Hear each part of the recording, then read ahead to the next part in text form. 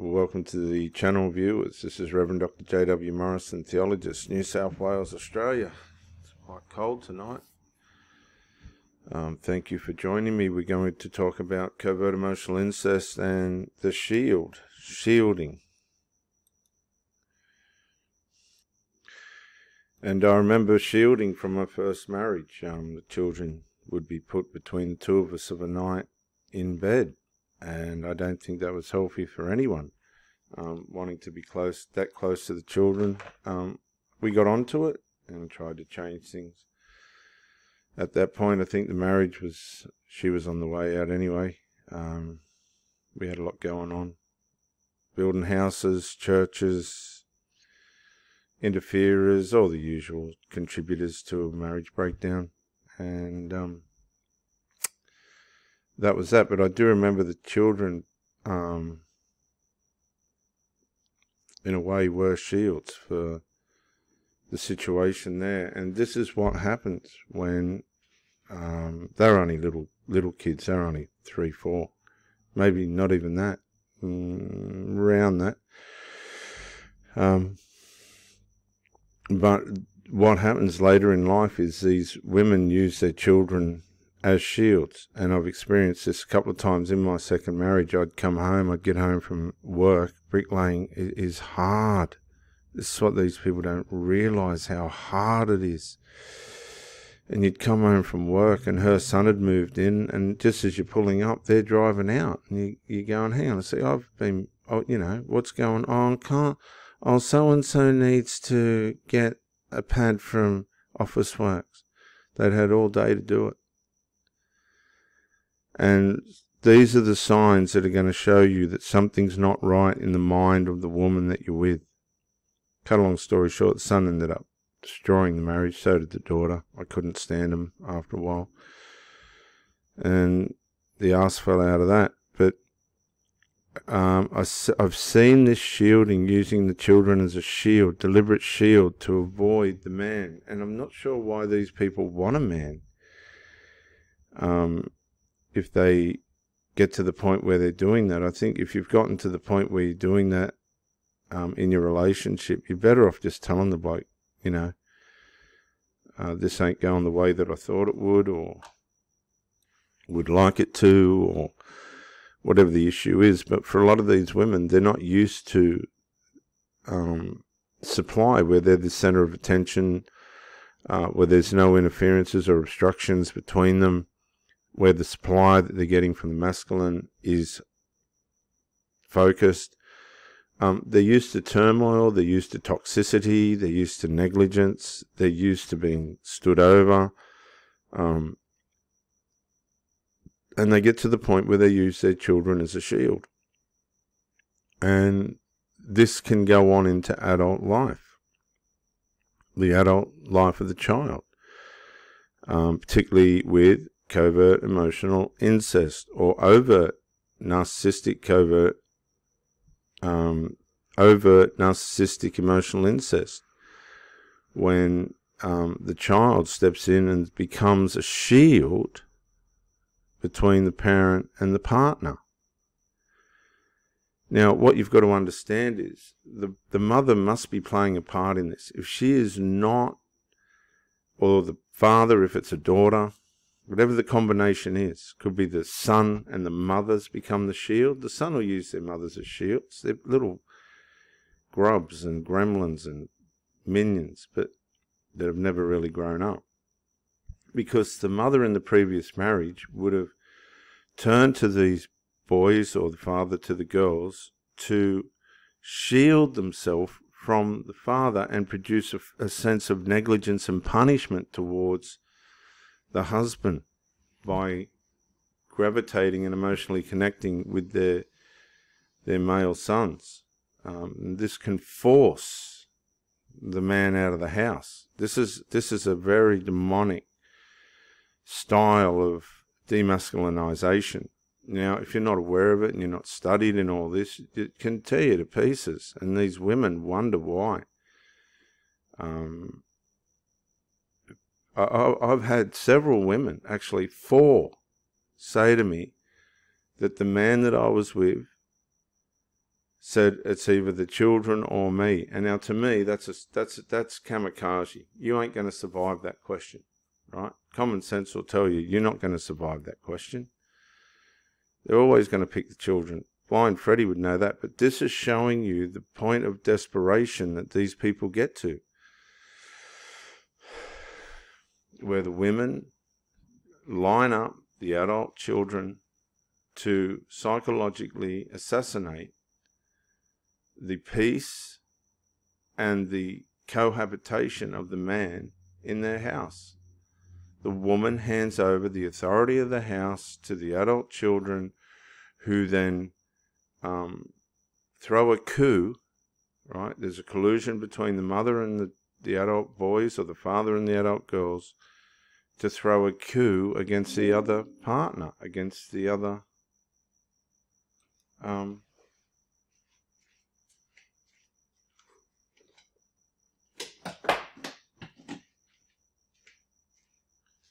member of the marriage. Sorry, viewers. Sorry, viewers, I had to plug it into the wall. So the collusions between the father and the daughters, or the mother and the sons, to coup against the authority in the house. Now, the last woman I was married with tried that with the son, and they got kicked out. They only lasted 4 weeks of it, and I said, no, please go. The woman I met after that, she had a bit of a think about it. I'll give it to her. She did look at it and go, this guy's right. But she was unable to undo it because it was too deep. It was this guy. I've never seen anybody pedestalized like this kid. Oh, God. Just totally destroyed him. But they'll work through it somehow. They'll thank me later for exposing it. They'll look back years ahead and thank me. But the way in which this one was conspired against a relationship was so pathetic, in the sense of, I thought, I'll show these people tolerance, right? I'll show tolerance here, and I'll show this woman that I'm a man of understanding and tolerance, right? Now, I thought, I'll give this 2 months, right? And I'll let it run for 9 months. And she must have known that the end was near, because she come up with this idea on how it was all going to be fit, and it was just pathetic. It was hopeless. Unfortunately, it was totally out of sync with where we were at. And it was sad how easily the relationship fell like dominoes. But the adult children were used as a shield to stop me from wanting to go down near her at her place. Now, I don't think she realized how ridiculous and pathetic that looked as a woman that was trying to have a relationship with a man. How she proved to the world and to the universe that these children were running her house and her life, as though we couldn't tell. And if you're watching this, thanks for the container.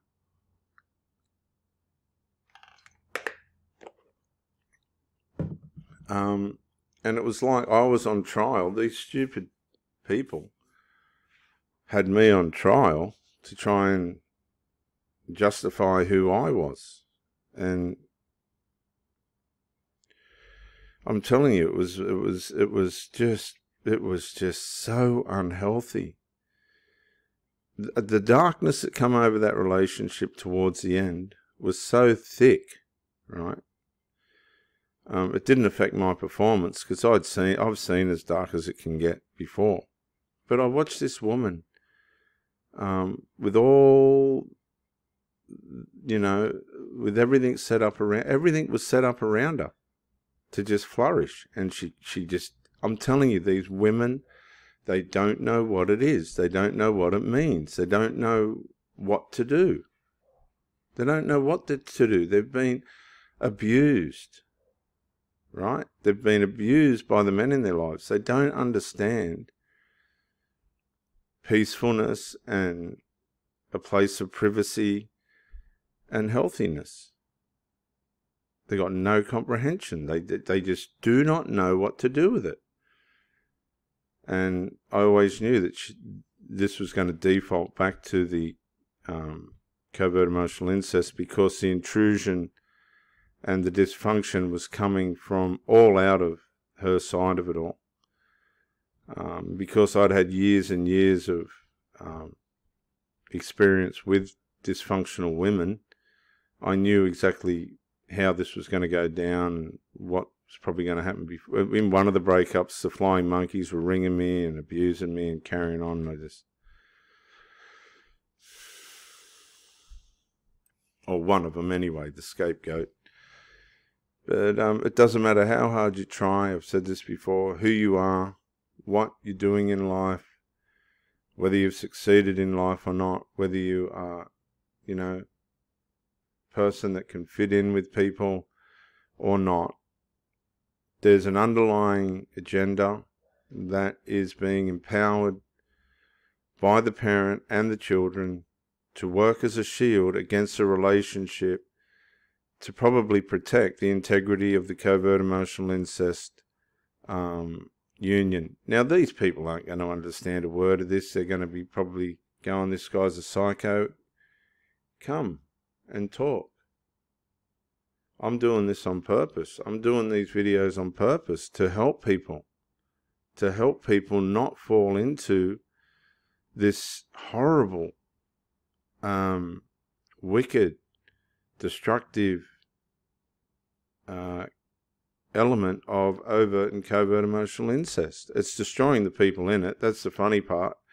You can tell them and show them, and they can watch their children going into infantile implosions and explosions and just sit there mute. They'll just sit there mute with every opportunity to fix the problem right in front of them. Nah.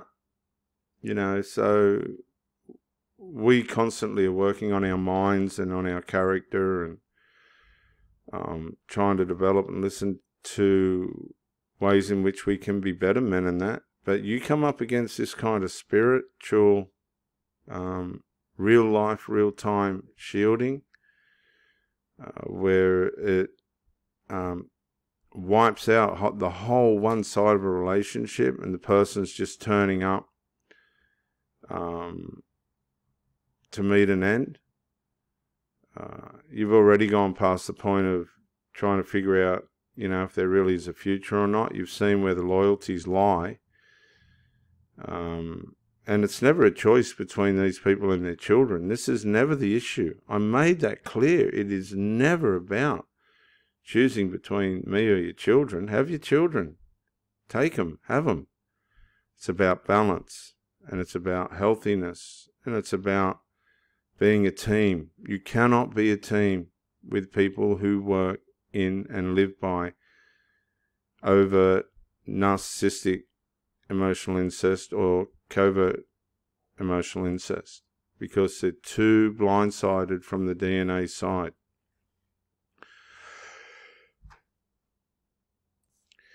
So I hope that helps.